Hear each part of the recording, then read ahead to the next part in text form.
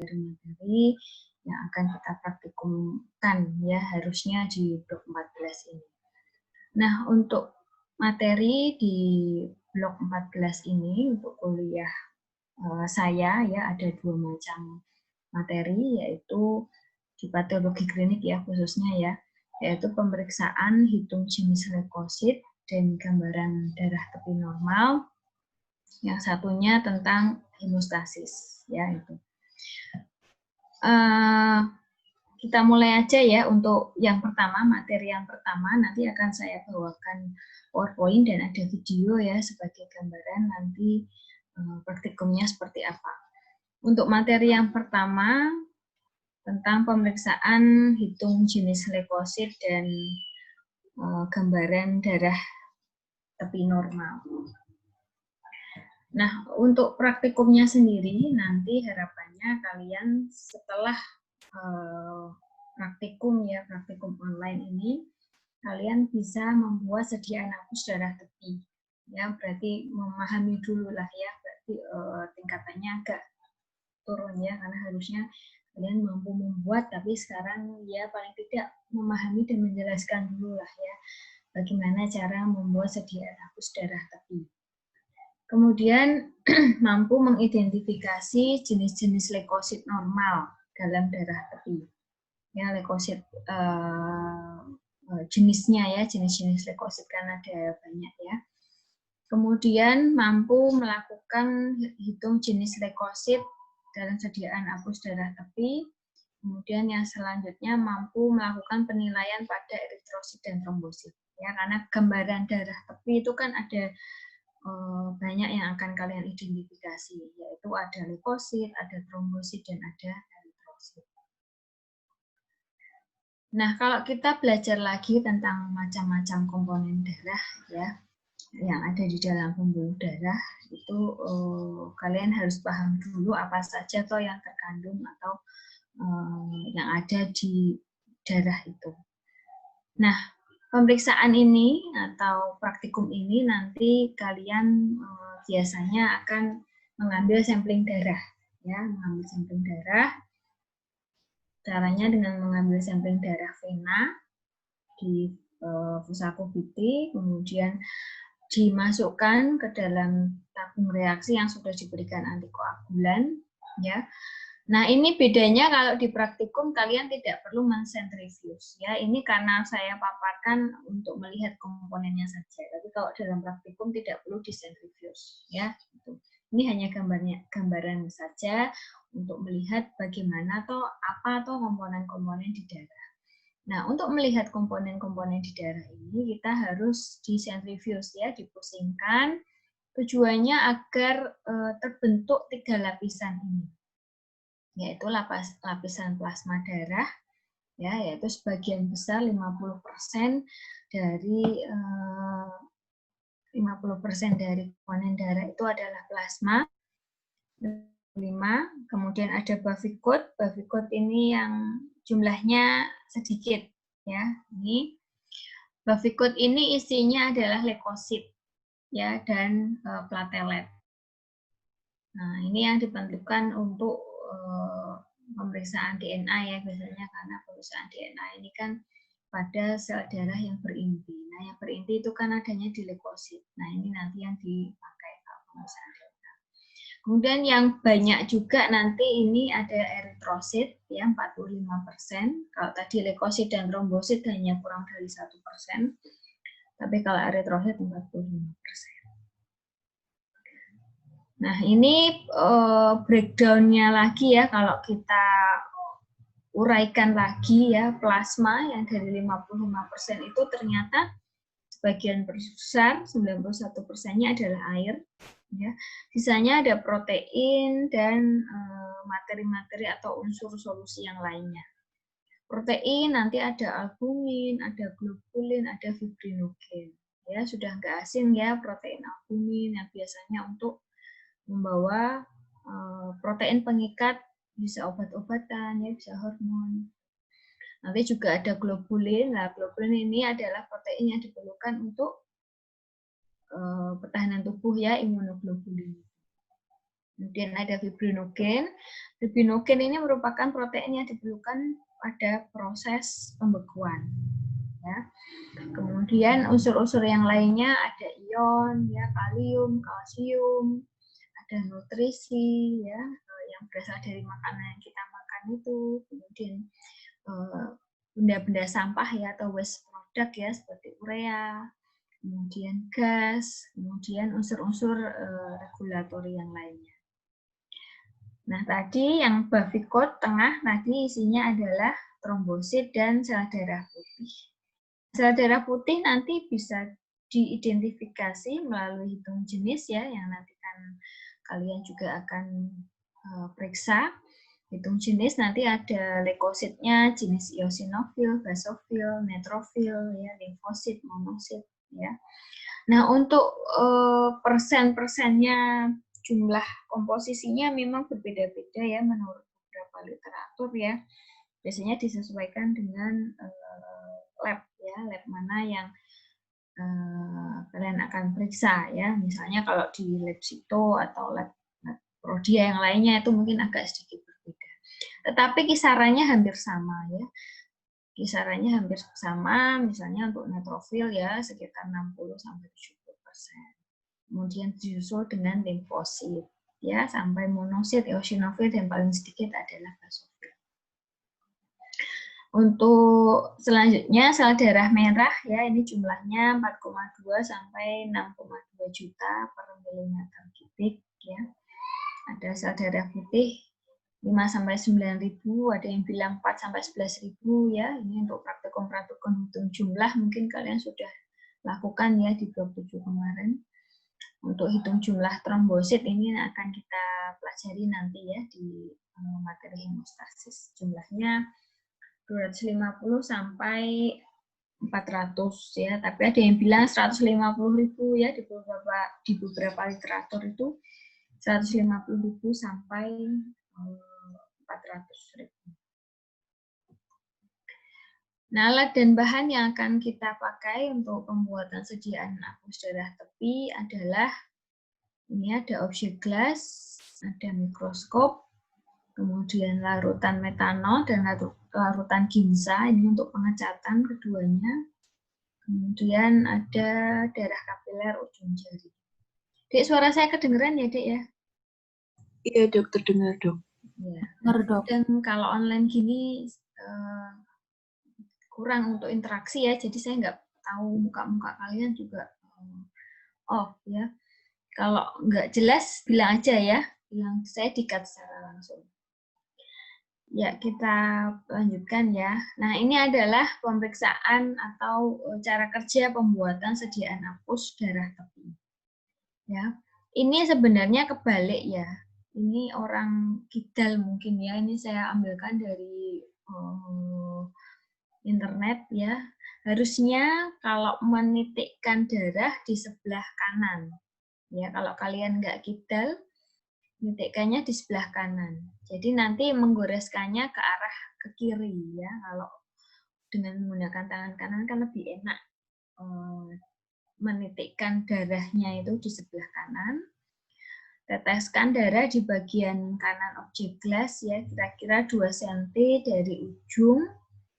Kemudian dengan menggunakan objek gelas lain ya atau spreader namanya, diletakkan di depan tetesan darah tadi ya. Lalu mundurkan pelan-pelan sampai semua darah menempel di ujung dari objek gelas tadi. Jadi semua meresap, habis itu langsung digeser ke yang sisi berlawanan. Nah, mendorongnya ini sampai membentuk peluru dengan panjang setengah ya, setengah sampai 3/4 objek gelas. Jadi jangan sampai di ujung objek gelas ya, tidak boleh sampai semuanya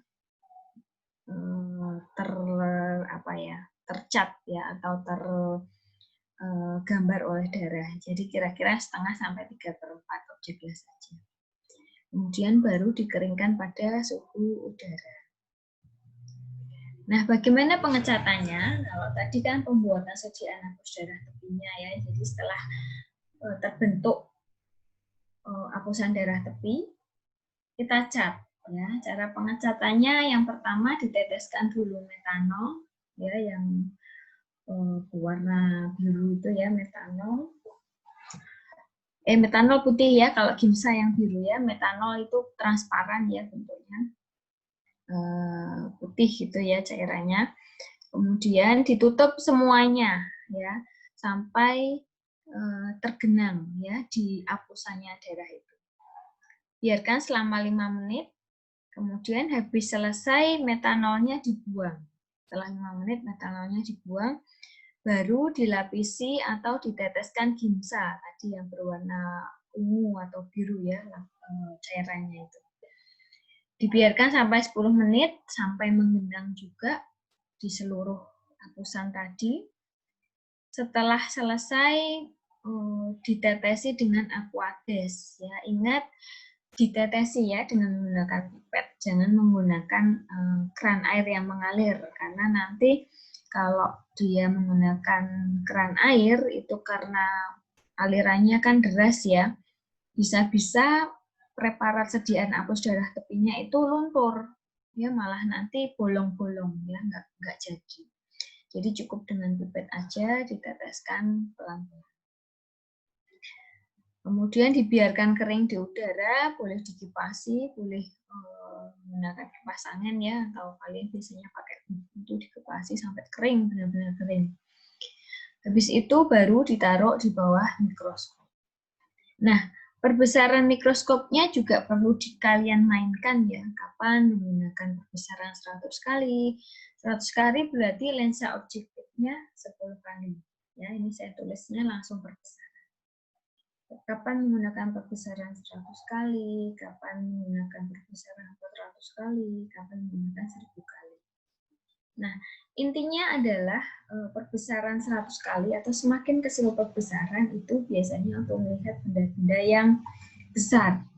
Ya, misalnya untuk orientasi seluruh zona, untuk lihat parasit, itu kan bendanya besar ya, jadi boleh pakai perbesarannya 100. Nah, untuk orientasi seluruh zona, nanti menggunakan perbesaran 100 kali. Cari zona yang merupakan zona baca. Ya, nanti adik-adik kalau mau melihat gambaran darah tepi itu di zona baca. Jadi nggak semua zona itu dinilai, khusus di zona baca saja. Zona baca itu zona berapa? Zona 4, zona 5, dan zona 6. Nanti akan ada gambarnya. Nah, untuk perbesaran 400 kali bisa untuk hitung jenis ya, tapi biasanya untuk hitung jenis boleh menggunakan 1000 kali. Ya. Perbesaran ini penting untuk estimasi jumlah.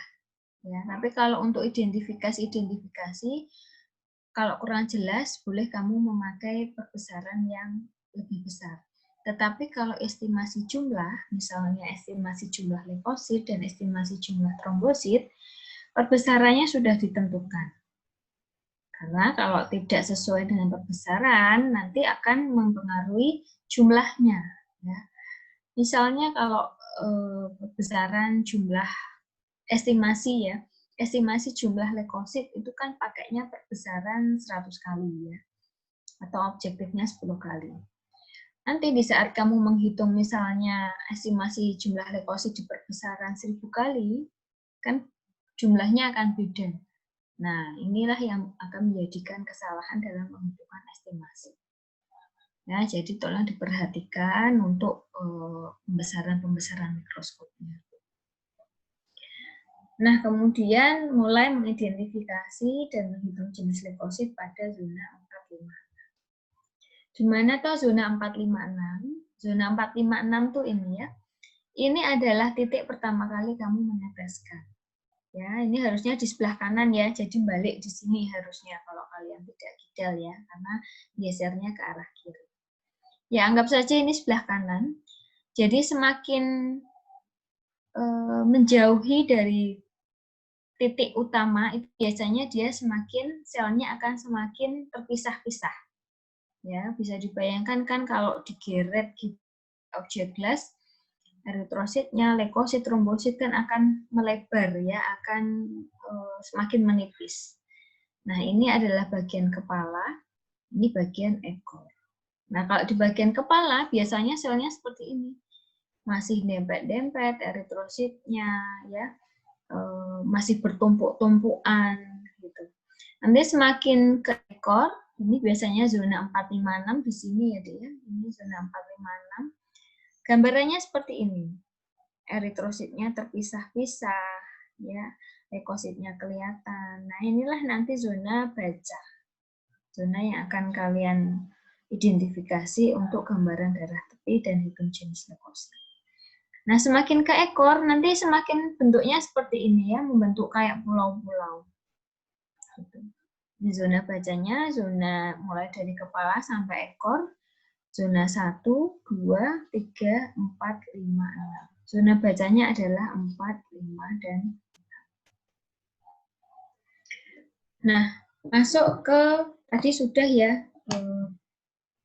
preparat sediaan apus darah tepinya sudah siap. Kalian sudah identifikasi untuk zona bacanya. Sekarang apa toh yang akan kalian periksa di gambaran darah tepi normal? Nah, ini kita kelompokkan penilaiannya menjadi 3 sesuai dengan sel darahnya ya, yaitu penilaian leukosit, penilaian eritrosit, dan penilaian trombosit. Untuk penilaian leukosit yang akan dinilai adalah estimasi jumlahnya, ya, perkiraan jumlah. Ya, kenapa dikatakan estimasi? Karena ya dikira ya, perkiraan saja. Karena jumlah pastinya bisa lewat hitung jumlah leukosit menggunakan bilik hitung ya, yang mungkin kalian praktekkan pakai bilik hitung improve number dengan larutan Thorpe ya, kemudian dihitung di bilik hitung yang 4 bilik hitung yang pojok-pojok kanan itu ya, kemudian dimasukkan rumusnya, itu adalah yang pasti.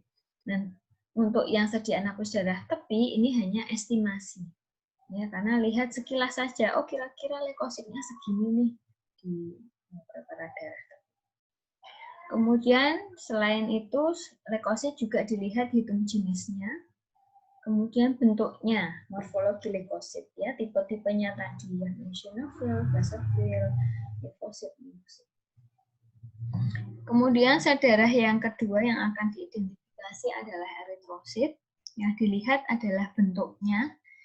Ya, bentuknya kan macam-macam ya. Kalau yang normal ya bentuknya cekung bikonkav. Nanti kalau kalian belajar lagi di blog yang lebih advance, ada macam-macam bentuk patologi yang lainnya ya, bisa teardrop cell atau sel pensil, banyaklah ya. Warna juga seperti itu dilihat, kemudian benda inklusi. Benda inklusi adalah unsur-unsur yang ada di dalam sitoplasma dari eritrosit. Ya. Kemudian formasi ini juga ada macam-macam ya, ada formasi rulo ya. Tapi kalau normal biasanya tidak ada ya. Ini kan kalian belajarnya yang normal-normal. Kemudian sel yang lainnya trombosit, ini juga diestimasi jumlahnya. Kemudian dilihat ukurannya, formasinya ya, apakah ada yang clumping ya, ada yang dempet-dempetan atau enggak. Nah, masuk di yang penilaian leukosit. Ya, yang pertama adalah penilaian estimasi. Ya, yang sudah saya katakan tadi, estimasi jadi perkiraan. Kasarannya berapa atau ratanya jumlah leukositnya. Nah, ini dilihat di lapangan pandang perbesaran lensa objektif 10 kali. Ya, jadi perbesaran 100 kali. Ini harus dibaca di perbesaran ini. Ya, karena nanti beda perbesaran jumlahnya leukosit akan beda lagi ya. Dia akan semakin besar ya perbesarannya, kan otomatis jumlah leukositnya yang dinilai mungkin akan jadi semakin kecil. Akhirnya nanti pas ngitung estimasi jumlah akan mengalami penurunan. Nah, caranya adalah kalian baca di perbesaran objektif 10 kali pada beberapa lapangan zona baca. Misalnya perbesaran yang 100 kali di zona baca yang pertama gitu ya, satu bunderan yang di mikroskop itu. Kalian hitung. Ciri leukosit kalau disediaan apus darah tepi adalah yang berwarna ungu. Ya, karena di pengecatan Ginza itu granula-granula yang ada di leukosit ya atau sitoplasmanya dia akan menyerap cat, akhirnya dia akan terwarnai ungu. Nah, itu dihitung dek leukositnya yang ungu-ungu itu ada berapa? Ya, normalnya adalah 20 sampai 30 leukosit per lapangan pandang. Nanti di rata-rata ya zona baca yang kedua berapa, ada berapa. Zona baca yang ketiga ada berapa. Itu di rata-rata. Kemudian yang dinilai lainnya adalah penilaian jenis leukosit. Ini nanti akan saya bahas sendiri ya di bawah. Kemudian penilaian morfologi. Morfologi itu bentuk yang dilihat, inti selnya, sitoplasmanya, dan benda itu. Ya, ini kan inti sel sama sitoplasma nanti bisa dilihat sebenarnya lewat hitung jenis ya, karena kan kalian menentukan, oh ini yang limfosit, ini yang monosit. Nah, lalu hitung jenis leukosit. Ya, hitung jenis leukosit. Leukosit merupakan satu-satunya sel yang berinti. Jadi gampangannya untuk menentukan leukosit jenis apa itu bisa dilihat dari intinya. Khas ya, intinya itu khas. Leukosit memiliki fungsi pada sistem imunitas tubuh. Ya, leukosit ada dibagi menjadi dua. Nah,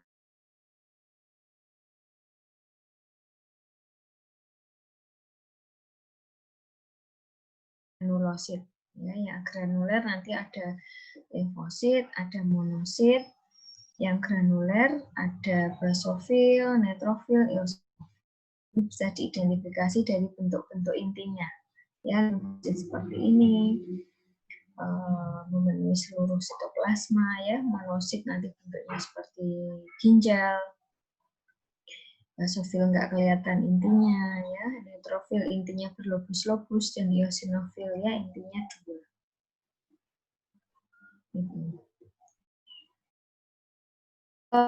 Cara pemeriksaan jenis leukosit. Nah, tadi sudah jumlah leukosit. Habis itu hitung jenis. Kalau memudahkan hitung jenis, namanya aja hitung. Jadi kalian harus menghitung satu-satu. Oh, yang limfosit ada berapa, yang monosit ada berapa. Untuk memudahkan, nanti adik-adik membuat kolom seperti ini ya. Kolom ini jenis leukositnya apa. Kemudian ini, ingat, ini bukan lapangan pandang ya. Ini hanya memudahkan bagaimana adik-adik menghitung sebanyak 100 sel. Karena nanti yang dihitung adalah harus 100 sel. Ya. Kecuali mungkin leukositnya yang jumlahnya mengalami penurunan gitu ya, itu 50 sel enggak apa-apa. Tetapi supaya hasilnya sesuai, itu dihitung dalam 100 sel leukosit. Ya. Jadi ini 10 sel yang pertama, 10 sel yang kedua, 10 sel yang ketiga, dan seterusnya sampai 10 kelompok ya, 10 sel yang ke-10, akhirnya jadinya 100. Ya, misalnya gini, di satu lapangan pandang, adik-adik menemukan neutrofilnya 2, gitu ya. Nah, dibuat tuas aja. Ya, bukan angka, tapi tuas ya, 1, 2. Karena nanti akan bertambah kan, bisa bertambah. Ini misalnya 1, 2 neutrofilnya. Di lapangan pandang yang sama masih ada nih basofil 1. Ya, berarti 1. 2 tambah 1 kan 3 ya. Jumlahnya belum memenuhi 10 nih, Dek. Masih ada 7 lagi sel leukosit. Jadi harus pindah ke lapangan pandang yang setelahnya. Ya, sampai 10 sel yang pertama. Ya. Jadi untuk memenuhi 10 sel ini tidak ada batasan jumlah lapangan pandang. Terserah mau jumlah lapangan pandangnya ada berapa. Yang penting dihitung setiap 10 sel 10 sel. Yang bingung? Biasanya bingungnya di sini, di menghitung jenis leukosit. Ada yang mau ditanyakan, Dek? Ada yang belum paham? Izin bertanya, dokter. Lalu untuk yang lalu untuk yang tabel kedua itu berarti bacanya kan ulang lagi dari zona baca yang awal tadi, Dok. Oh enggak, lanjut, Dek. Oh, lanjut gitu ya, Dok. Lanjut. Pokoknya sampai supaya gampang kamu bentuknya kayak menghitung bilik dari kiri atas, nanti ke kanan atas, turun ke bawah, nanti ke bawah. Ya kayak zigzag gitu loh. Nah, supaya gampang. Oke, baik, terima kasih, dokter. Ya. Sudah ya, paham ya. Jadi ini bukan lapangan pandang. Ini bukan 10 lapangan pandang. Tetapi mempermudah adik-adik supaya jumlahnya itu 100. Nah, ini terserah mau jumlah lapangan pandangnya berapa.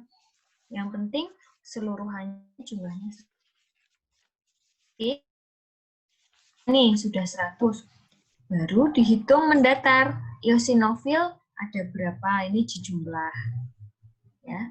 Basofil ada berapa? Persentase. Eosinofil ada 20 ya. Berarti 20 per 100. Ya, 20%. Sampai semuanya bisa terhitung jumlah persentasenya. Paham? Paham ya? Ya, saya lanjutkan. Nah, untuk hitung jenis leukosit memang berbeda-beda ya, tetapi di sini kalian pakainya acuannya yang ini ya. Eosinofil 1, basofil 0,1.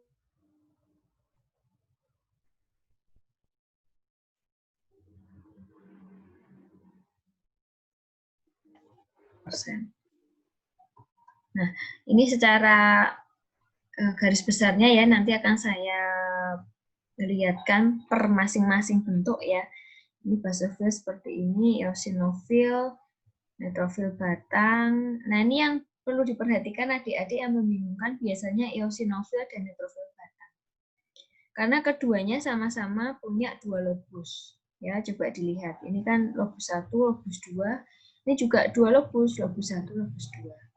Tetapi bedanya kayak eosinofil, dia dihubungkan dengan benang kromatinnya tipis. Tetapi kalau neutrofil batang, penghubungnya ini benang kromatin padat. Ya, jadi seolah-olah kayak gagang telepon ya, seperti gagang telepon itu neutrofil batang. Nah, ini ya gagang telepon juga eosinofil juga sama ya. Yang pokoknya yang penting benang kromatinnya ya, dilihat kalau benang kromatin tipis gagang teleponnya. Eosinofil ini ciri-cirinya ukurannya 10-15 mikrometer, memiliki inti 2 lobus berbentuk oval yang dipisahkan oleh benang kromatin seperti gagang telepon. Sitoplasmanya bergranula kasar ini ya, titik-titik ini granula. Sifatnya asam ya karena merah. Ini kan merah ya, dibanding ini kan ungu ya intinya, tetapi granul-granulnya sifatnya asam. Basofil intinya 1, ya intinya 1, tapi dia tertutup granula, ya akhirnya intinya nggak kelihatan. Ya. Neutrofil ada 2, neutrofil segmen ini neutrofil segmen dan neutrofil stam. Kalau neutrofil segmen, dia intinya 2-5 dihubungkan dengan benang kromatin. Ya, ini kan inti. 1, 2, 3, 4, 5, 6. Ya, 2-5 ya, ada yang lebih ya. Pokoknya lobusnya banyak ya, berlobus-lobus. Kemudian dihubungkan dengan benang kromatin. Nah, kalau neutrophil staf dia 2 lobus saja, 1, 2 dihubungkan dengan kromatin. Kemudian limfosit, kalau limfosit ini selnya intinya besar ya, hampir memenuhi semua sitoplasma, ya, kromatinnya padat dan memiliki sedikit granul azurofilik, ya, yang sifatnya basofil. Basofil itu ungu ya, berarti. Kemudian monosit ini selnya berinti satu, bentuknya ginjal atau tapal kuda, dan eksentrik. Eksentrik itu hanya di satu sisi ya. Dia di pojok sini atau di pojok sini ya. Jarang yang ada di tengah. Yaitu maksudnya eksentrik. Nah, tadi sudah leukosit, sekarang kita masuk ke eritrosit. Nah, yang dinilai di eritrosit saya estimasi jumlah. Ya. Jadi yang dilihat bentuknya bikonkav, kemudian ada zona berwarna kepucatan yang di tengah namanya central pallor. Ini ya, central pallor itu yang pucat-pucat di tengah ini. Bentuknya bulat, biasanya kurang dari sepertiga diameter eritrosit. Tidak punya inti sel, tidak punya granula, ataupun benda inklusi. Ya, kecuali ada yang sifatnya patologis, nah itu ada benda inklusi. Tapi kan kita belajarnya masih fisiologis. Ya. Nah, biasanya di zona baja eritrosit ini terpisah ya, misah-misah seperti ini.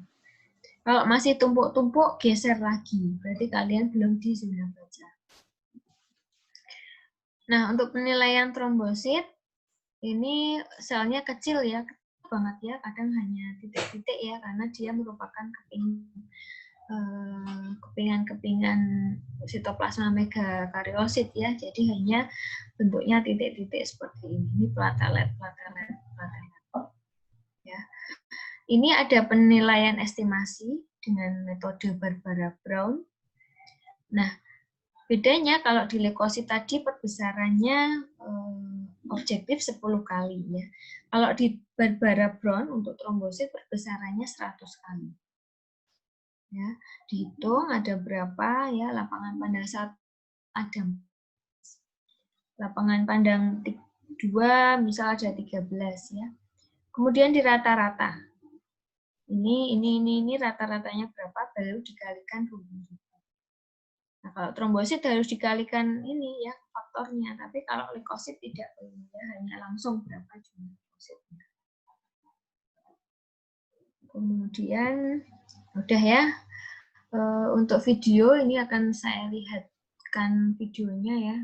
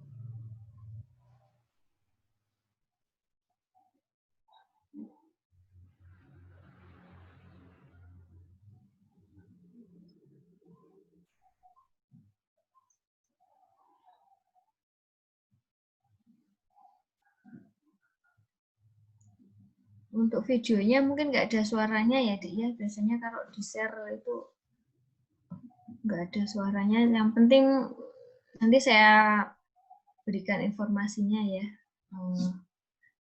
Gerakannya dulu aja. Kelihatan nggak, Dek? Sudah?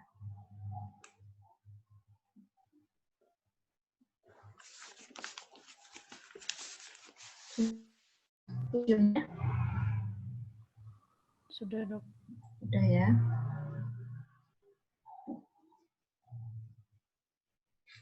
Nanti 2. Suaranya kedengeran nggak orangnya? Tidak, Dok. Enggak ya. Nah. Tadi ada objek gelas ya.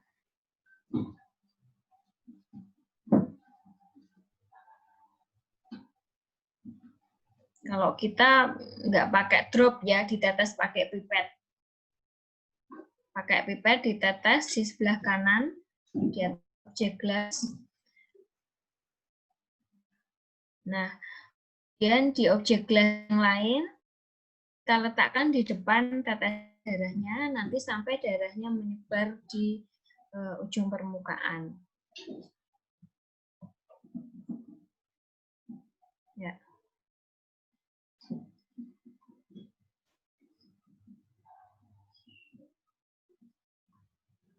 Untuk menggoresnya yang cepat ya, jadi jangan ragu-ragu. Bentuknya preparat apus darah bagus seperti ini ya, bentuknya seperti peluru. Nih ya, ini kan seperti peluru. Tidak seperti bendera robek itu yang gini ya, pecah-pecah kayak apa sih, benderanya robek gitu ya, zigzag-zigzag. Kalau yang baik bentuknya peluru. Ya, dia kan nggak ya, setengah sampai 3/4 objek gelas saja.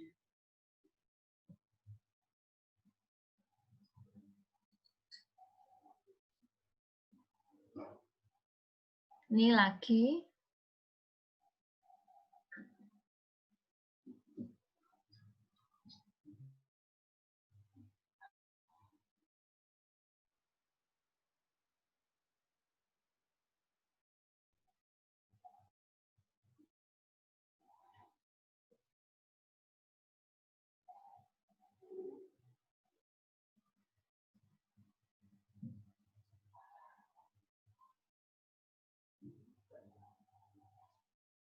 Nah, seperti itu ya. Sudah ada gambaran ya untuk membuat sediaan apus darah tepi.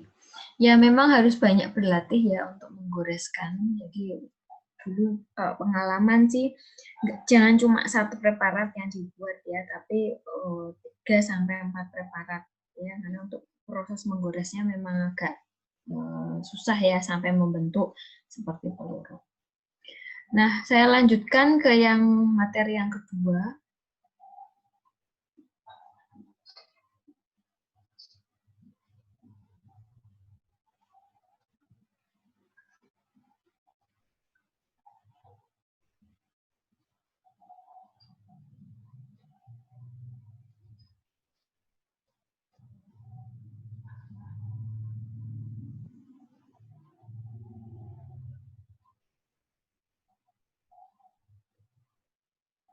Sudah kelihatan belum, Dek?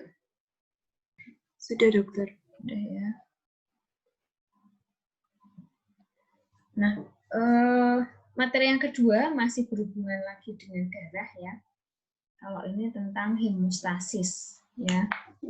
Hemostasis, nanti di dalamnya kalian akan belajar tentang hitung jumlah trombosit dengan menggunakan bilik hitung ya. Kalau yang tadi kan estimasi dengan sediaan apus darah tepi, kalau yang sekarang dengan bilik hitung, kemudian plotting time dan bidding.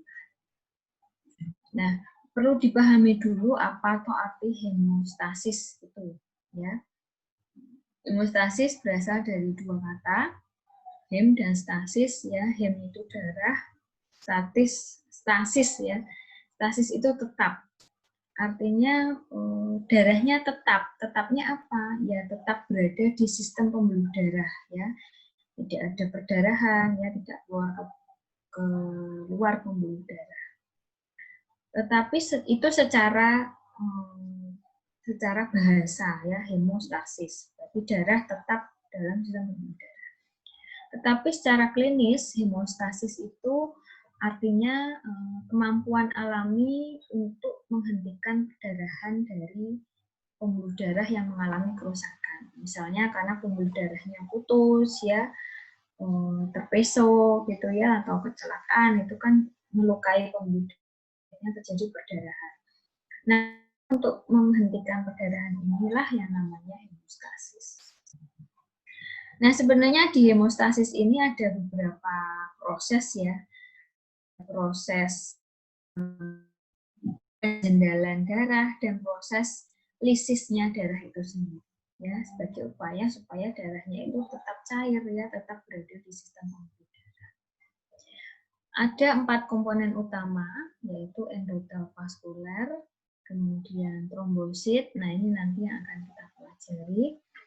Faktor koagulasi ada banyak ya.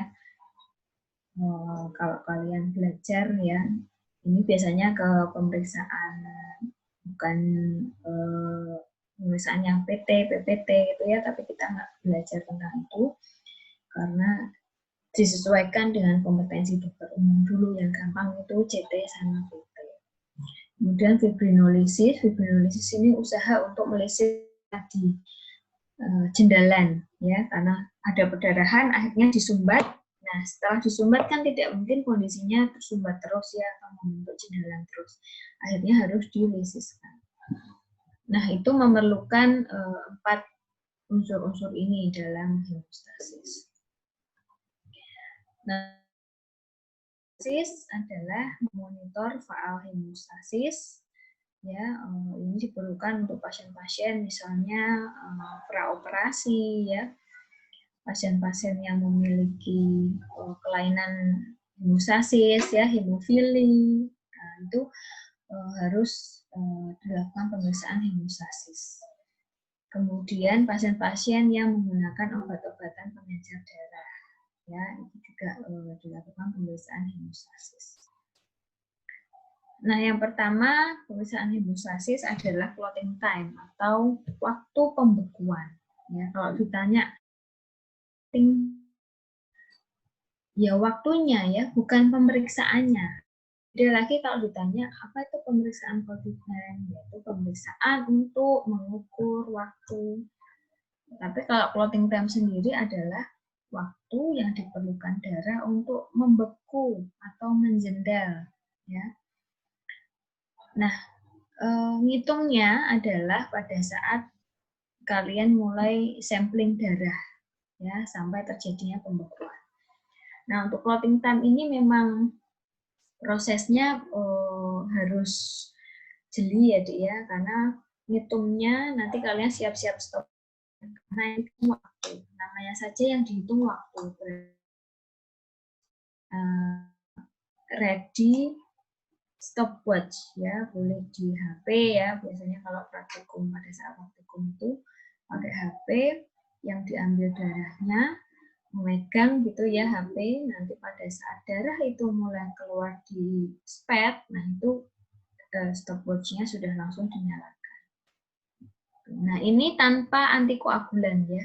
Kalau menghitung clotting time darahnya yang untuk praktikum,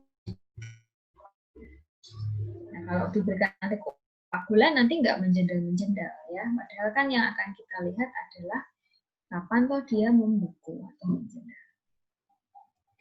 Nah, yang dinilai adalah di clotting time ini adalah faktor pembekuan darah, khususnya faktor pembentuk tromboplastin dan faktor trombosit serta kadar fibrinogen.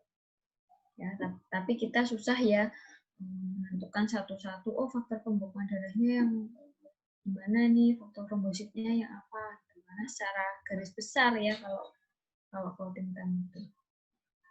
Ada 2 metode, yaitu metode Lee and White atau metode tabung karena menggunakan tabung reaksi, dan metode glass object. Kalau nanti adik-adik yang akan praktekkan, yang cukup dia metode tabung saja ya, atau Lee and White. Caranya tadi,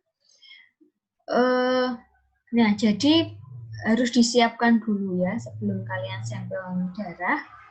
Disiapkan dulu tabung reaksi di water bath. Ya, fungsinya apa di water bath? Fungsinya adalah supaya sama dengan kondisi di dalam tubuh. Ya, kita kan mengupayakan pembekuan itu sesuai dengan kondisi fisiologis tubuh. Ya, 37 derajat. Ya, sudah disesuaikan water bath-nya dengan suhu tubuh.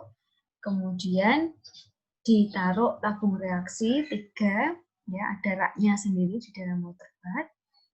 Lalu untuk praktikum hemostasis ini kalian mengambil 5 cc. Ya, kenapa 5 cc kok banyak dok? 5 cc. Ya karena untuk clotting time sendiri aja kalian punya, ada 3 tabung reaksi, 1 tabung 1 cc. Nah, sisanya untuk pemeriksaan hitung jumlah trombosit. Ya, karena yang bleeding time kalian tidak menggunakan darah vena, tetapi pakai kapiler cuping telinga. Ya, jadi tetap ngambilnya 5 cc. Ini kalian beruntung berarti ya di pandemi ini nggak praktikum offline ya yang harus mengambil 5 cc. Kalau kakak-kakak kelas kalian itu ngambilnya 5 cc ya, beneran 5 cc. Kemudian untuk yang clotting time 3 cc-nya dulu tadi. 1 cc, diamkan dulu 3 menit ya. Habis itu dicek ada jendalan atau tidak. Cara ngecek jendalannya, tabung reaksinya diangkat dari water bath, kamu miringkan. Ya, kamu miringkan. Kalau sudah ada jendalan meskipun sedikit, itu sudah bisa dikatakan sudah membeku. Ya. Habis itu dicek lagi tabung yang satunya. Cek lagi tabung yang satunya sampai ketika yang kalau belum lagi dilihat lagi setiap 30 detik. Ya. Dicek, pokoknya setelah ada jendalan kamu catat waktunya. Normalnya nanti dihitung ya, tabung 1, 2, 3 rata-ratanya berapa. Normalnya 5 sampai 11 menit. Kalau ada pemanjangan, kalau ada pemendekan. Nah, tugas kalian adalah mencari ya. Di literatur sudah banyak kapan toh dikatakan CT memanjang, kapan dikatakan CT menurun. Ya, belajar ya. Nanti pada saat praktikum kita tanyakan kapan itu CT memanjang, kapan CT menurun, nanti kapan BT memanjang, kapan BT menurun. Ya. Nah, sekarang selanjutnya adalah waktu perdarahan. Namanya aja waktu perdarahan, ya berarti waktu lamanya tubuh untuk menghentikan perdarahan akibat trauma yang dibuat secara laboratoris. Nah, ini tidak boleh dilakukan pada pasien yang sedang mengkonsumsi antikoagulan atau aspirin. Ya jelas ya, karena nanti waktu perdarahannya akan memanjang. Ya, karena semakin lama. Ya dikatakan memanjang itu kalau semakin lama ya, Dik ya. CT juga gitu. CT memanjang, oh berarti waktunya untuk membeku dia makin panjang ya, lebih dari 11 menit. Nah, berarti ada sesuatu nih, kenapa nih? Cari. Nah, teknik yang digunakan adalah teknik IV dan teknik DUP. Yang kita pakai nanti teknik yang DUP. Nah, yang IV dia menggunakan polar lengan bawah ya, agak ini ya, agak menyakitkan ya. Jadi sudahlah pakainya yang DUP saja ya. Nah, kalau metode DUP ini gampang, memakai cuping telinga.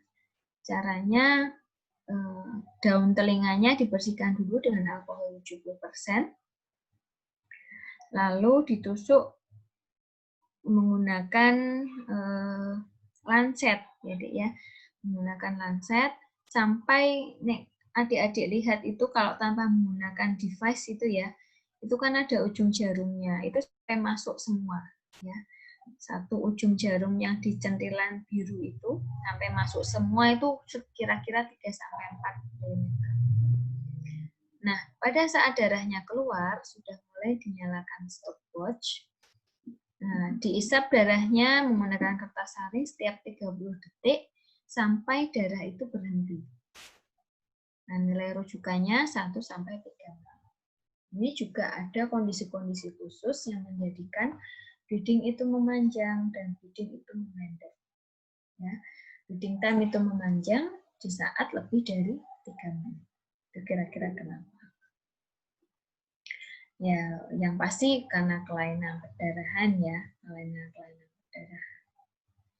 Nah, selanjutnya adalah jumlah trombosit. Nah, jumlah trombosit kalau kalian tadi sudah saya jelaskan, trombosit merupakan keping-keping sitoplasma megakaryosit yang tidak berinti. Ya, bentuknya seperti ini ya, kecil keping-keping. Ini eritrosit, ini leukosit, ini platelet atau trombosit ya, yang paling kecil dari sel darah. Kalau disediaan apus darah tepi seperti ini ya, titik-titik tadi saya sudah perlihatkan titik-titik. Nah, alat bahan untuk hitung jumlah trombosit tadi ya, sisanya tadi yang untuk CT kan tidak diberikan antikoagulan. Sisanya yang 2 cc kamu tambahkan antikoagulan ya dengan ETA.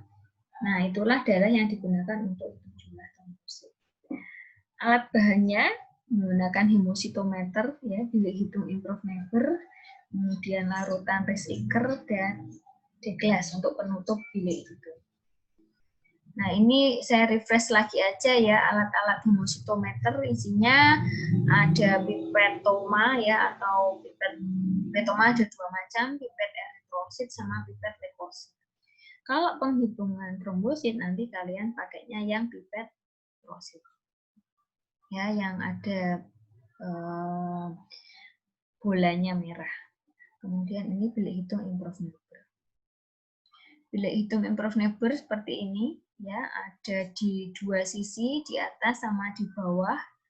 Ya, nanti ini akan ditutupi oleh deglas, kamu tetesi ya, ditetesinya di sini ya, di yang tanda panah ini ya, tidak di paritnya. Lalu dengan daya kapilaritas dia akan masuk, sel darah itu akan masuk ke bilik hitungnya. Nah, ini untuk refresh saja, bilik hitung seperti ini ya, ada 9 bilik atau 9 kotak besar, 1, 2, 3, 4, 5, 6, 7, 8, 9. Yang akan dipakai adalah bilik hitung atau kotak yang eritrosit. Ya, jangan lupa yang eritrosit ini. Cuma bedanya, kalau kamu eritrosit, menghitungnya kan di kotak yang ada tulisannya RR ini. Ya kan? Tetapi kalau trombosit, hitungnya luasnya 1 mm persegi ya. Berarti semuanya, ya, di semuanya ini dihitung untuk trombosit. Ya, ini kan luasnya 1 mm ya, 1 mm sama 1 mm. Jadi semuanya trombositnya dihitung. Nah, kalau diperbesar di bawah mikroskop seperti ini ya. Ini kotak leukosit, ini kotak eritrosit. Nah, nanti yang kalian hitung di kotak eritrosit yang seperti ini.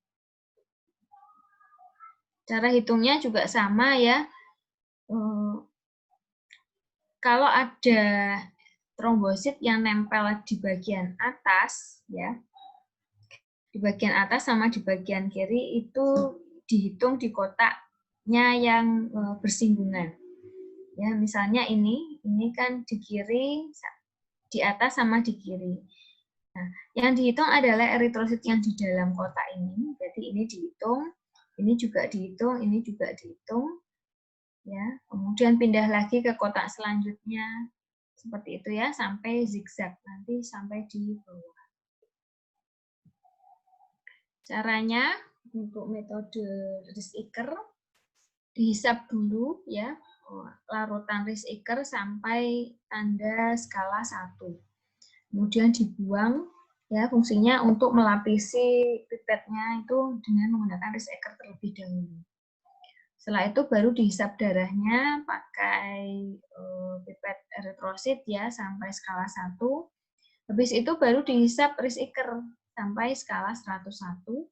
Kocok secara horizontal, dibuang 1-2 tetes, dilihat di perbesaran 40 kali. 100 kali juga 1000 kali ya.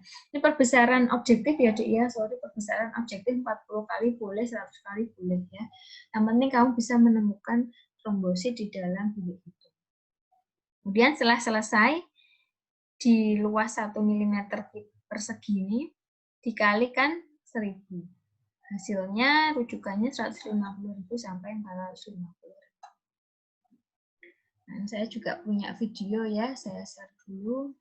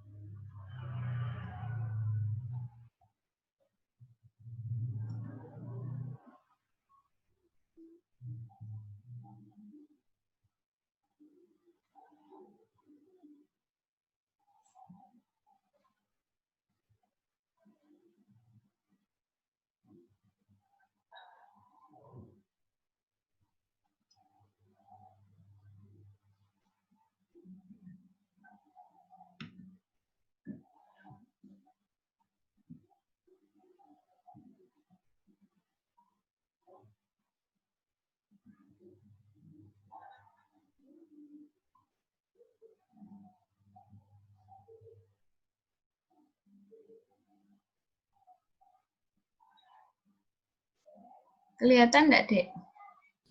Kelihatan, Dok. Ya, videonya kelihatan ya ini ya. Nah, ini video ini dari kakak-kakak kelas kalian ya. Saya berikan tugas untuk membuat video hemostasis ya dari CT, BT, dan jumlah trombosit. Alat bahannya ini hemositometer. Nah, ini tabung reaksi untuk yang CT. Ini risk Ecker.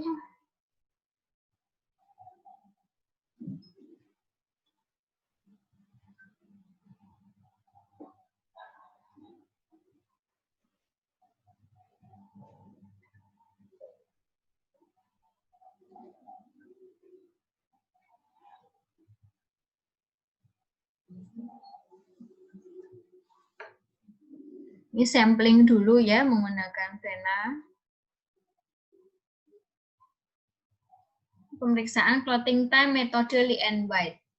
Ya, jadi juga disiapkan stopwatch ya sebenarnya ya.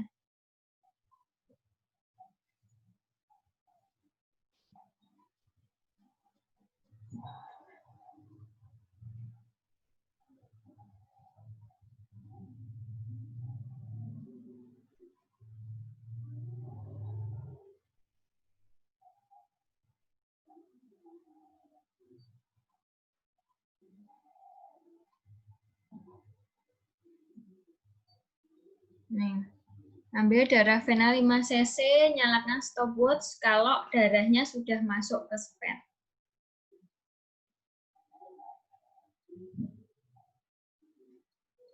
Nah, stopwatch-nya langsung dinyalakan.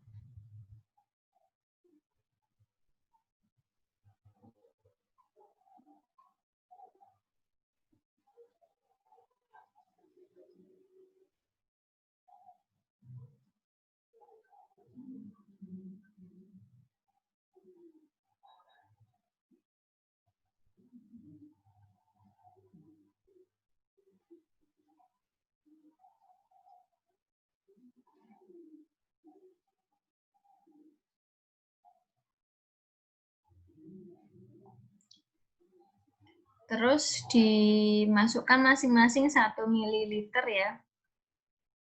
Ini harusnya dimasukkan ke water bag ya, Dik ya. Kalau kayak gini nanti cepat menjendal. Dialirkan ya di tabungnya.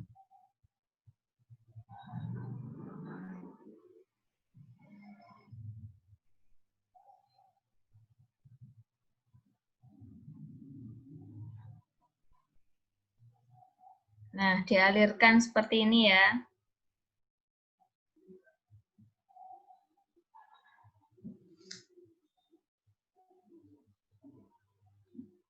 Ingat ya, harusnya dimasukkan di water bag ya, ini kurang tepat.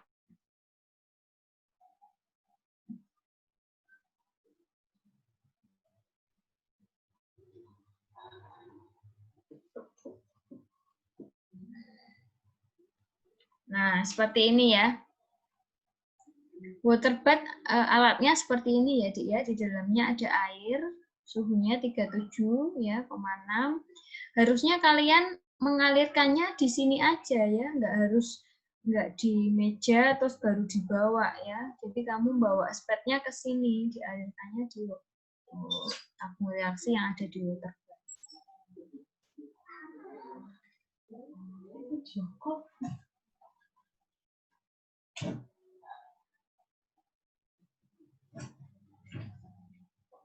Nah, ditunggu 3 menit.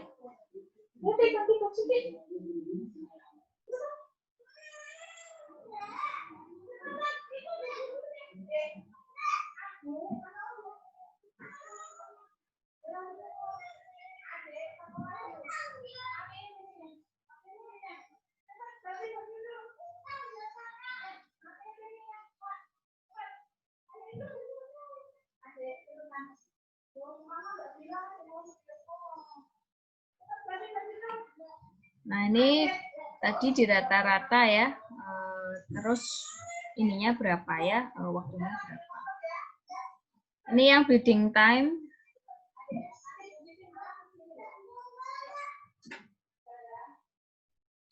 Yang metode DUK.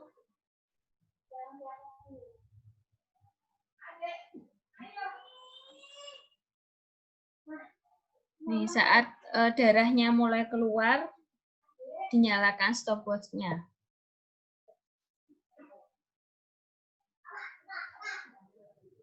Setiap 30 detik dihisap ya.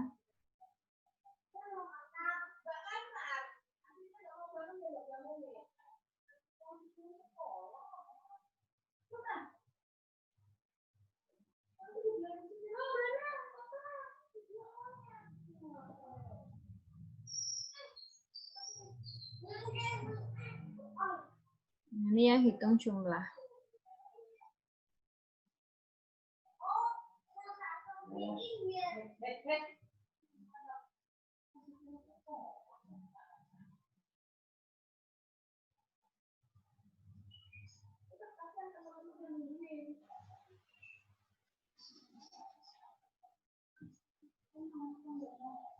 Diambil skala 1 dulu ya, risk-takernya, terus dibuang, terus baru ambil darah.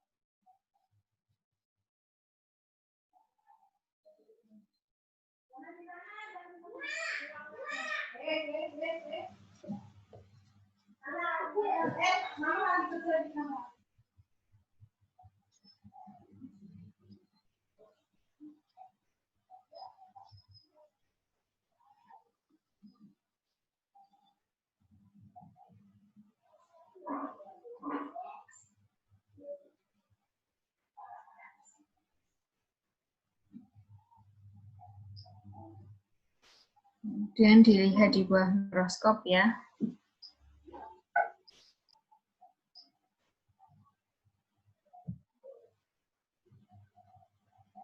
Nah, udah ya, itu untuk gambaran pemeriksaan hemostasis.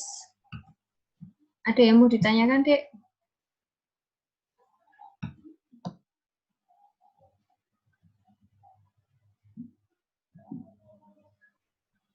Sudah paham?